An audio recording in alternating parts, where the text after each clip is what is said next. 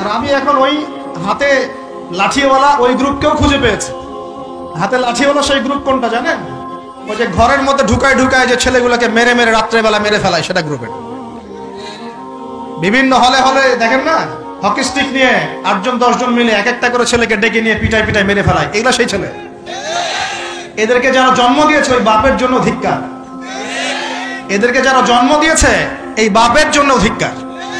আর এখন এরকম লেডিস গ্রুপও বের হয়েছে, আর মেয়েদেরকেও হলে ডেকে ডেকে পিটানো শুরু করেছে।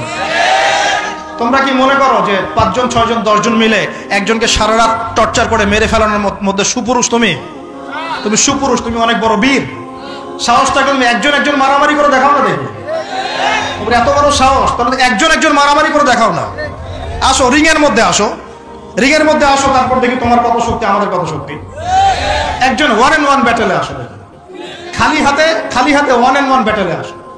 8জন 10জন মিলে একটা বুয়েটের ছেলে, একটা মেডিকেলের ছেলে, একটা অমুকের ছেলে, তমুকের ছেলে, বাবা মায়ের স্বপ্ন লালন করা ছেলেগুলোকে ঘরের মধ্যে ঢুকাবা, সারা রাত পিটায় মেরে ফেলবা, এটাকে তোমরা সাফল্য মনে করো, বীরত্ব মনে করো? এই ছেলেগুলোকে জন্ম দিয়েছে যে পিতা মাতায়, এদের জন্য ধিক্কার আমার পক্ষ থেকে। আপনারা এইসব সন্তান জন্ম দিতে গেলেন কেন? খিদির আলাইহিস সালাম বেঁচে থাকলে ছোটবেলায় মেরে ফেলতো এদেরকে। ওই যে খিদির আলাইহিস সালাম ছোটবেলায় একটা বাচ্চাকে মেরে ফেলছিলেন না? মুসা আলাইহিস সালাম বলেছিলেন যে একটা বাচ্চাকে কেন মেরে ফেললেন? তখন খিদির আলাইহিস সালাম বলেছিলেন এই ছেলেটা যদি বড় হয়, বড় হলে অনেক বড় কাফের হবে। আল্লাহ আগে জানিয়ে দিয়েছেন, এই জন্য আগে মেরে দিয়েছে।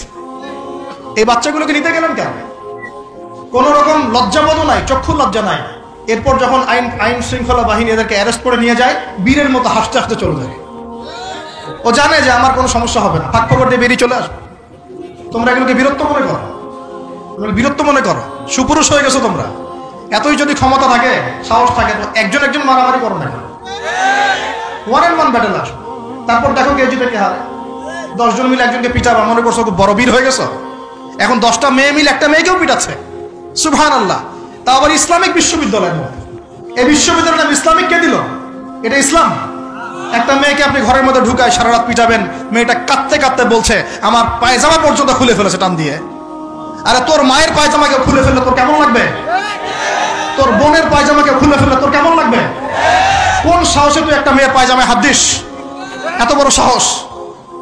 আর এদেরকে আমরা তোলা করে মানুষ করি। আইন শৃঙ্খলা বাহিনী আপনারা কি করেন? ইনস্ট্যান্ট কোর্ট বসে ফাঁসি দিয়ে দিবেন এদেরকে। আল্লাহর কসম করে বলছি, যদি কোনোদিন এরকম ক্ষমতা আমাদের কাছে আসতো, দিন বিচার করে দেখিয়ে দিতাম ইনশাআল্লাহ। ফাইজলামি শুরু কর সারা দেশব্যাপী। যারা এখন বিপদগামী ছিলেন আমরা মনে করতাম, তারাই এখন হেদায়েতের দিকে আসছেন। আর আমরা এখন মুসলিম ঘরে জন্মগ্রহণ করে নামাজ ছেড়ে দিচ্ছি, কুরআন পড়া ছেড়ে দিচ্ছি। এটা কি ধরনের কথা? আমার পরিবারের মা বোনরা কিভাবে বেপরদায় বাইরে যায়? আমার পরিবারের কর্তা আমি কেমন করে আমার পরিবারের স্ত্রী সন্তান মেয়েরা বাইরে বেপরদায় যাবে? কিভাবে যাবে? আমি তো পরিবারের কর্তা, আমি পরিবারের স্বামী, আমার স্ত্রী কেমন করে বেপরদায় বাইরে যাবে? আমার ছেলে কেন নামাজ পড়বে না? নামাজ না পড়ে সে ভাত খাবে কিভাবে? নামাজ না পড়ে আমার পরিবারে আমার ছেলে ভাত খাবে কিভাবে? আমার মেয়ে কেমন করে ভাত খাবে? অতএব পরিবারটাকে শক্ত করেন, হালাল খান, সামাজিকভাবে ইসলামটাকে এগিয়ে নেন, ইনশাআল্লাহ দেখবেন একদিন বড় পরিসরে ইসলাম কায়েম হয়ে যাবে। আর আমরা কারোর জন্য বদদোয়া করবো না, আমরা দোয়া করবো আল্লাহ পাক যেন ঊর্ধ্বতন কর্তৃপক্ষ সবাইকে হেদায়েত দান করেন এবং অন্যায়ের বিরুদ্ধে দাঁড়ানো তৌফিক দান করেন, এবং তাদের হাতে হলেও আল্লাহ পাক যেন ন্যায় প্রতিষ্ঠা করার তৌফিক দান করেন। আর ন্যায় কোনটা ন্যায় কোনটা অন্যায়, এগুলো এইসব প্রোটেস্ট্যান্ট মুসলিমরা আপনাদেরকে শেখাতে পারবে না। যারা ইসলাম, কোরআন, সুন্নাহ, সমকালীন বিশ্ব ইতিহাস, অর্থনীতি, সংস্কৃতি, দেশীয় কালচার সব সম্পর্কে জ্ঞান রাখে, এই মানুষরা আপনাকে বলতে পারবে কোনটা সত্য কোনটা মিথ্যা, কোনটা হক কোনটা বাতিল। একজন কবর পূজারী আপনাকে কি হেদায়েত দিবে? একজন মাজার পূজারী আপনাকে কি হেদায়েত দিবে? একজন বেদাতি আপনাকে কি হেদায়েত দিবে? হেদায়েত তো নিতে যান খালি ওদের কাছে। আর জ্ঞানী মানুষকে তো মূল্যায়ন করেন না। যারা বুদ্ধি বিক্রি করে খায় ওদের কাছে পরামর্শ নিচ্ছেন। আর কিছু বিষয় বলতে বলতে মুখের ফেনা উঠিয়ে দিলাম, তারপরেও কোনোদিনও বললেন না যে হ্যাঁ কথাটা গ্রহণ করা যায়। কি আশ্চর্য!